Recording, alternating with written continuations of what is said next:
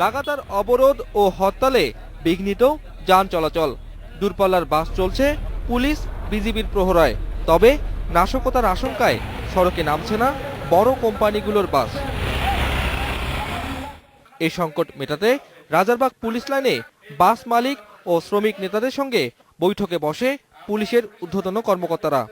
এ সময় নাশকতা প্রবণ এলাকাগুলোতে অভিযান চালানোর অনুরোধ করেন পরিবহন নেতারা।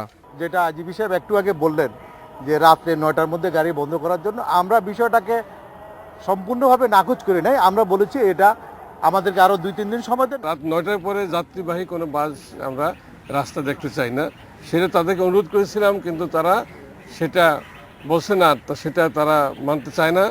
বৈঠক শেষে পুলিশ প্রধান জানান, দেশের পরিস্থিতি পুলিশের নিয়ন্ত্রণেই আছে। চিহ্নিত করা হয়েছে নাশকতার ইন্ধনদাতাদের। শিগগিরই শুরু হবে গ্রেপ্তার অভিযান। আমরা এটা ওয়েল ডিটেক্টেড আসামি গ্রেপ্তার হয়েছে, তাদের বক্তব্য নিয়েছি, কারা ফাইন্যান্স করে, কারাই নেপথ্যে মাস্টার মাইন্ড, সেগুলো পেয়েছি এবং সেগুলি প্রত্যেকটা ক্ষেত্রেই তাদেরকে বিরুদ্ধে প্রসিকিউশন দেওয়া হবে, মামলা চার্জশিট দেওয়া হবে। এছাড়া অবরোধ ও হরতালে যান চলাচলে সব ধরনের নিরাপত্তার আশ্বাস দিয়ে যারা বাস চালাবে না তাদের বিরুদ্ধে প্রয়োজনে ব্যবস্থা নেওয়ার কথাও জানান পুলিশ প্রধান। Shakil Abdullah, independent news, Dhaka.